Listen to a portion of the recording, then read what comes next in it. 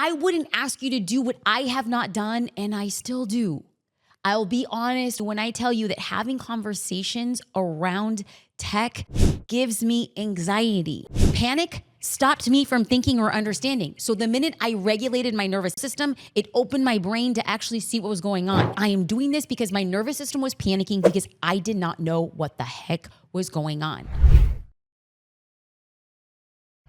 Welcome back to the Jasmine Star Show, a place where we discuss business, mindset, and today, developing and improving your emotional intelligence in your leadership, even if you don't consider yourself a leader. I want to be real. If you start a business, it will require you to lead. Lead messaging, lead your customers, lead your team, and lead yourself on days when that is the last thing you want to do. In a certain way, I've come to know this to be true, but I didn't accept it until I was forced to step up as a leader. So I've told you before, but my dad immigrated to this country from Mexico and enlisted in the United States Marine Corps, which is how he got his citizenship. Now, he didn't have a proper education. He didn't know how to fully read. And so he took a lot of jobs as he started his family. He cleaned septic tanks. He was a kitchen cook at a university. He sold shoes at Big Five. And he even took weekend jobs as a gardener. When I was 13 years old, he started a backyard Bible study in East LA with about 8 people. And a few years later, it grew into a church of thousands of people. Still to this day, his church is one of the largest churches in Los Angeles. Now, I'm sharing this because I sat front row to the evolution of my father becoming a leader. In his words, he went from being an immigrant beaner to a legitimate pastor. Now, I know that sounds like an article that you would read in like Chicken Soup for the Christian Soul, but it was anything but that. In fact, watching my dad get ridiculed, excluded, pigeonholed was pretty much a guarantee that I never wanted to lead, ever. I didn't want to be in a position where people looked to me and depended on me and, like, worse, publicly criticized me. No, gracias. I think that explains why in the first decade of my business, it was just run between my husband and I. That's it. But then we started to scale the business and we needed to hire people. And it was right then and there that I had to make a choice in the same place I'm going to stay or I'm going to grow. And by choosing growth, I also begrudgingly chose leadership too. When I look back at the last 7 years of having a team, I can honestly say that it has been the hardest thing I have ever cultivated, but it also makes me the most proud. So that's why this episode is special to me. I want to share how my business has changed when I learned more about leadership, but also how my life changed. So we're going to go over what it means to be emotionally intelligent, a framework that I love called the Goleman Framework, which breaks down emotional intelligence into 5 key areas. And I'm going to give you a journaling prompt for each of them because y'all, like, this isn't easily trackable. Like, there's no insights tab for emotional intelligence. Like, what are the analytics? So we're going to have to monitor and improve it ourselves. And on that note, I have 2 action steps for you to take right now as I'm sharing. And so by the end of the episode, I believe it's going to make a huge difference in your leadership. Now, here's a side note. Throughout this episode, you might hear me refer to emotional intelligence as EI or EQ, because that stands for emotional quotient. And you'll hear me use EI or EQ interchangeably. Okay, so let's get started. What exactly is emotional intelligence?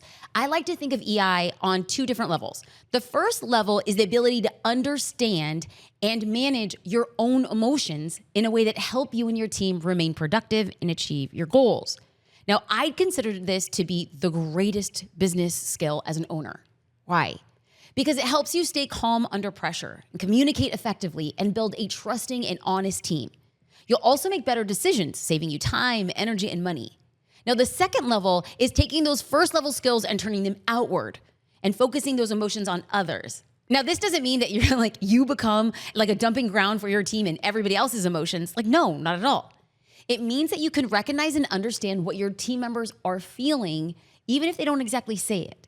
Because let's be real, a lot of times your team isn't going to come out and tell you how they feel. EI allows you to respond with empathy and handle disagreements with compassion and find solutions that address both the situation and the underlying emotions. Now, some of you might be like listening and thinking, okay, Jasmine, it's not my job to figure out what other people are thinking and feeling. And to that I say, you're right. It's not your job. No, but it is your job to lead your team to victory. And it is your job to create a motivated and engaged workplace. And it is your job to lead by example in a way that you want your team to behave and react in situations. The bottom line is that happy, supported team members are productive team members, which means reaching your goals faster and achieving success for your business. So while it's not your job to be a mind reader, it is your job to develop emotional intelligence as an investment, not just in your team's well-being, but in the future of your business. Oh, let's pause right there. Just have a moment. You do not need to be a mind reader, and you don't need to be an emotional dumping ground. But what you need to do is to create a space for you to understand and approach your team with empathy to say, how do you be your best? Because then the business gets your best. So I think we might need an example here. So let's say a team is gearing up for a launch and they're having a brainstorming session around a marketing campaign. Now, the emotionally intelligent leader, let's call him Goleman. Well, he notices that Sarah, she's usually a reliable contributor, but she's sitting there quietly, diligently taking notes, but she's not offering input. Now, it was pretty obvious that she was going through something in her personal life. So instead of pressuring her to speak up, Donovan smiled and just acknowledged her presence. And later, he sidebarred and he asked Sarah to share her thoughts within the next 2 days. And she was happy to, and she completed and she enhanced the team's strategy. Now let's flip the script. Linda, the leader of another team, was frustrated by the silence of one of her team members, Carlos. And she let it show. She said, come on, Carlos. You can't just sit there. You need to contribute to this campaign because you've known about this meeting for a week. Okay, Linda, listen, Linda. Carlos, who was most likely going through a tough time personally, he had valuable ideas, but that public shaming, oh man, that shut him down completely. And then he just disengaged altogether. Now, here's the difference in the end results. By the end of Donovan's session, his team felt energized and accomplished. And within the next day or two, they had a well-rounded strategy that incorporated different perspectives, including Sarah's contribution. Now, by the end of Linda's session with her team, feeling the pressure to be loud and immediate and had choked out valuable contributions, leaving their campaign underdeveloped, and it lacked depth it could have had if Carlos had been participating. Okay, so let's pause here. 2 different leaders, 2 different leadership styles, but the team members each were dealing with their own stuff. Now, we have to leave space for people to have human emotions in a business capacity. Now, if this was an ongoing situation, I get it. That would be one thing. But emotionally intelligent leaders understand the importance of holding space for people to have bad days, for people to be human, for people to be going through life situations. Now, here's a perfect example that I learned from bettering my emotional intelligence. In team meetings, I love talking fast, thinking fast, and moving fast. And as we were preparing for a launch, I had a manager point out that one of her team members was brilliant, but she struggled jumping into fast-paced conversations. Now, the old version of me would say, listen, I don't talk fast. She listens slow. She needs to get in. Okay, I would have wanted her to get faster. But now I've learned that meetings aren't about speed, but about space. I have learned that I need to give the team space to add their insights. And I do this by leading a meeting and denoting when I'm going to be calling on specific team members if they would like the chance to speak up. So I want to talk for a moment about why emotional intelligence is more important now than ever before in leadership. And here are a few reasons that come to mind. But before we do that, I want to close the loop on that example that I had just given. I now tell the team in advance what the meeting will be about. I will then tell the team, this is where you have the opportunity to jump in. So if you don't jump in, that was your spot to do it. I'm not wanting everybody to speed up. I'm giving them advance notice for the people who process slower to say, this is your time to jump. And when that time comes, I want you to say how high. Yes and amen. Let's go back to number 1. We live in a world of constant connectivity. Emails ping after hours, group chats interrupt vacations, and that feeling of being on, I'm always on, that is pervasive. But this alone isn't the issue. It's just how the world is today, and sometimes it can even put employees at ease, staying in the loop knowing, hey, nothing's on fire. It's only an issue if the leader has unhealthy expectations of an immediate response or constant availability from the people they're leading. Emotionally intelligent leaders create a culture where staying connected feels less like, a constant obligation and more like a way of staying informed and engaged when and if it's truly necessary. It's common for the team to write Slack messages over the weekend or ping me when I'm vacation, but we don't have the pressure to respond. I want to create a culture where the team can run each at their own pace and respond giving their working hours. If someone sends me a message or an email over the weekend, I don't have to respond if I don't feel it's necessary. And I want the team to be able to do the same thing. Number 2 is attracting and retaining top talent. Leaders with high EQ understand that the best employees are looking for more than just a paycheck. They have a deep desire and a hunger for purpose, growth opportunities, and a sense of belonging that they treat that team as such. These leaders go beyond simple like, oh, great job, simple praise, or offering criticism or constructive feedback. They do that to help their employees develop their skills and advance their careers. And I believe this creates a win-win situation, motivated and involved employees who feel valued to contribute to the company's success, while leaders benefit from a high-performing and loyal team. Can I get an amen? Okay, number 3, I am just going to say it. Things are heavy for people right now. Mental health concerns, global uncertainty, and personal and economic challenges are all the realities that employees are facing right now. And emotionally intelligent leaders, they understand this, period. They can recognize the signs of stress or burnout and create a supportive environment where employees feel comfortable asking for help. Maybe they need time off. Now, this creates a sense of trust and loyalty, and this ultimately leads to a resilient and more productive workplace. Emotionally intelligent leaders prioritize not just the results, but the well-being of the team for the people who achieve them. For example, it made me really proud as a leader when I saw my podcast producer speak up for herself in her schedule. In Slack, she asked our podcast project manager to please assign episode assignments at a specific pace to ensure that, hey, I can stay on track. She wasn't asking for less work. She was asking for the work to be distributed differently so she can manage her time more efficiently. And that helps her ensure that she has weekends free for her family. Jack Welch, he's like the former famous CEO of General Electric, and he said it best. No doubt emotional intelligence is rarer than book smarts, but my experience says it's actually more important in making of a leader. You just can't ignore it. I love this quote, and to really understand why, let's get into the Goleman Framework. This framework, developed by Daniel Goleman, breaks down EI into 5 key areas. Now, I'm going to pause here. I'm going to give you the 5 areas, and then we're going to break them down one by one. Self-awareness, self-regulation, motivation, empathy, and social skills. Now, by understanding these 5 areas and incorporating them, you can tap into potential for yourself and for your team.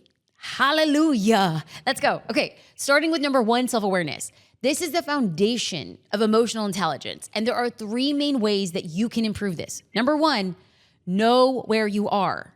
One of 2 action steps I have for you at the end is going to tell you exactly where you are in this area, what to work on, and the how. So we're going to get to that a little bit later. Number 2, seek feedback. Ask your team members and mentors for honest input. Number 3, reflect. Regularly ask yourself what went well in different scenarios and what you could improve on. Okay, let's get into your journaling prompt. Describe a recent situation where you felt a strong emotion, like anger, frustration, or excitement. What triggered this emotion? How did you react? Now, for the second area of this framework, we have self-regulation. This refers to your ability to manage your emotions in a positive way. Something I like to do is practice a simple breathing exercise for 2 minutes. I inhale for a count of 4, I hold for 4, and then I exhale for 8. So let's do this. We're going to practice right now on the podcast. I am going to be counting you down. You're going to inhale for 4, hold for 4, and exhale for 8. I am telling you, this has changed my freaking life. I'm going to count us down in 3, 2, 1. Inhale, 4, 3, 2, 1. Hold, 2, 3, 4. Exhale, 7, 6, 5, 4, 3, 2, 1. That breathing cycle, you do that 4 to 10 times, this naturally calms your nervous central system. Y'all, repeat this cycle a few times to continue to calm your mind and regulate your emotions. I know it sounds so simple, but it is life-changing. But I understand, okay, this might not be doable. Or it's like, that's really awkward. Are you just deep breathing? Yes. Okay, some people are like, I can't do that in a meeting. I can't do it on a call. But I wouldn't ask you to do what I have not done, and I still do. I'll be honest when I tell you that having conversations around tech gives me anxiety. I am talking about off the Richter scale, off a freaking high rise, high anxiety. When I started a tech company, I had zero tech experience. When I would sit in tech meetings, it felt like everybody was speaking another language because they were. I cannot tell you how many times I'd sit around at this big conference table and I would silently do breathing exercises. Like inhale, hold while people are talking, exhale for 8. I am doing this because my nervous system was panicking because I did not know what the heck was going on. But the panic stopped me from thinking or understanding. So the minute I regulated my nervous central system, it opened my brain to actually see what was going on. In fact, I started training myself to take deep, huge breaths before asking a question so that my nervous system was regulated. Now, I own my awkwardness. I am a better leader because of it. But, if you're not quite there yet, here are 3 things you could do. Focus on your senses. What can you see, hear, touch, taste, smell? Okay, grounding yourself in your senses is actually proven to help you detach from overwhelming emotions. Now, let's talk about engaging with your relaxation response. Unclench your jaw, soften your forehead, remove your tongue from the roof of your mouth. All of these things tell your mind everything's okay. And the last tip to help you self-regulate is to find gratitude. Think of 3 things you're truly grateful for and allow yourself to actually experience gratitude in your body. Okay, so now for your journaling prompt. Think of a time when you reacted not so great due to strong emotions. How could you have used deep breathing or another technique to manage your emotions in the moment? I want to pause here and just take a second for what we just went through. We're talking about emotional intelligence, but we're also talking about how it manifests itself in anxiety, stress, and in our bodies. So what we just went through was taking a few seconds to regulate our central nervous system. Why? So we can understand the emotions that other people are experiencing. Why? So that we could lead from a place of empathy because we understand what it means and feels like in an anxious body to be in the workplace. Ooh-wee. Let's move on to a little bit more Zen. I want to move on to key area number 3, motivation. Actually, I want to take this a step further and say intrinsic motivation. This is the deep-seated desire to do something because you find it fulfilling. Y'all, I could write a whole podcast episode on this topic alone, but I'm going to leave you with 3 statistics I found while researching this topic.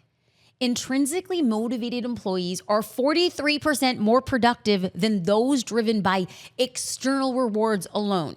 This is according to Gallup.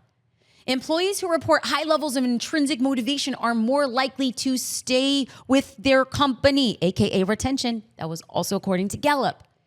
Organizations that foster a culture of intrinsic motivation see higher levels of innovation and creativity. That was according to NCBI. Now, okay, for your journaling prompt, remember this episode is all about taking action. How do you develop emotional IQ? How to become a leader? What are your own personal motivators? How can you align your leadership style to better motivate your team members based on their unique needs? For example, I have a deeply intrinsic desire to empower entrepreneurs to scale their businesses. I also deeply believe in the power of beating the odds, especially for underrepresented business owners.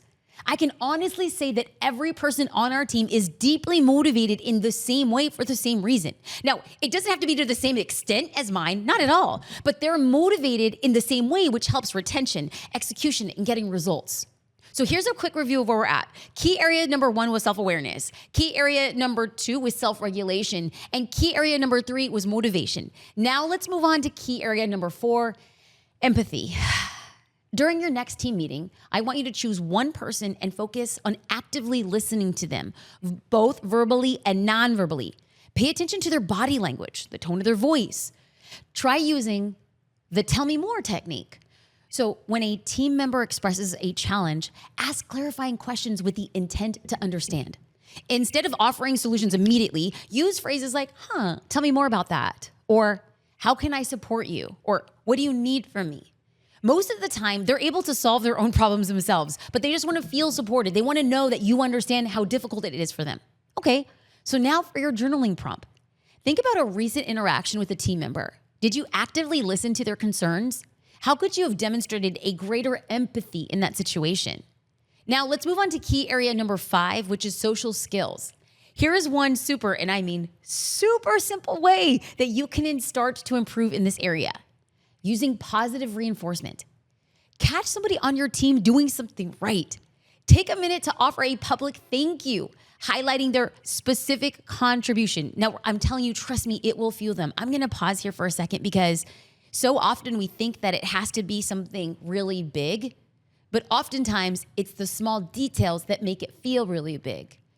I concluded teaching a live course experience called Your Biggest Launch Ever, and it was co-created with the president of Social Curator, Katie. Now, Katie and I built this thing from the ground up, and she was so integral in making sure that we built out a community and people felt supported.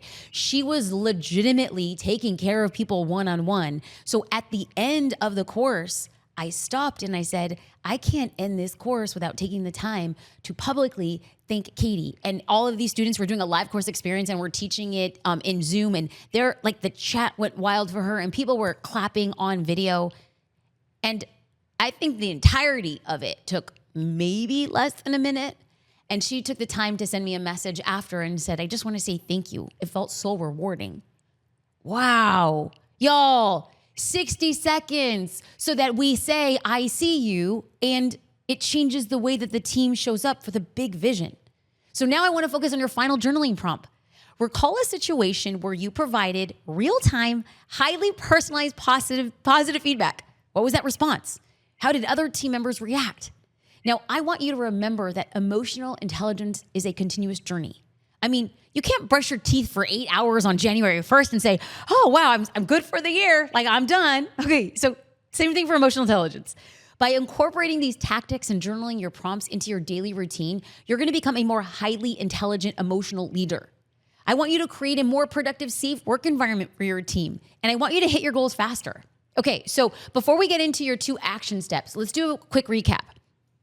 Emotional intelligence is the ability to understand, use, and manage your own emotions and the emotions of others in positive ways. And there are 2 different levels. Level 1, self-management, focusing on understanding and managing your own emotions because it allows you to stay calm under pressure, communicate effectively, and build trust with your team. And level 2, social awareness, recognizing and understanding the emotions of others. It allows you to respond with empathy and handle conflict constructively and find solutions that address both the situation and the underlying feelings. So why is EI important for leaders? It creates a positive work environment. It attracts and retains top talent, and it supports with employee well-being. And we saw how Donovan, that emotionally intelligent leader, he handled a team member going through something personal.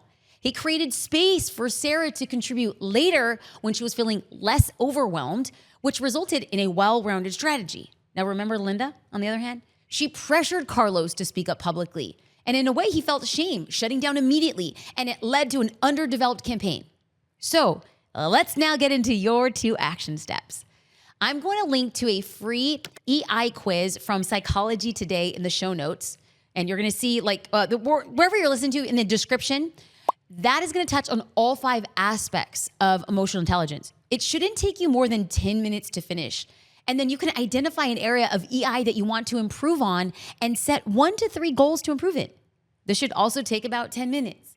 Now, if you got just one thing from the episode, I would be so grateful for you to take a few seconds to subscribe, leave a review, and share this podcast with somebody who it might benefit from. The reason I am passionate about talking about emotional intelligence is because I wish somebody would have talked to me about the importance of not just managing my own emotions and sharing with the team how I'm doing it, but giving space to the team to do it as well. I will tell you that collectively, this team has elevated with our emotional intelligence, and we're getting better results because of it. Look at me, I'm stuttering because I'm so excited about it. Y'all, thank you for listening and watching The Jasmine Star Show. It is an honor and a privilege to connect with you and increase your emotional intelligence along the way.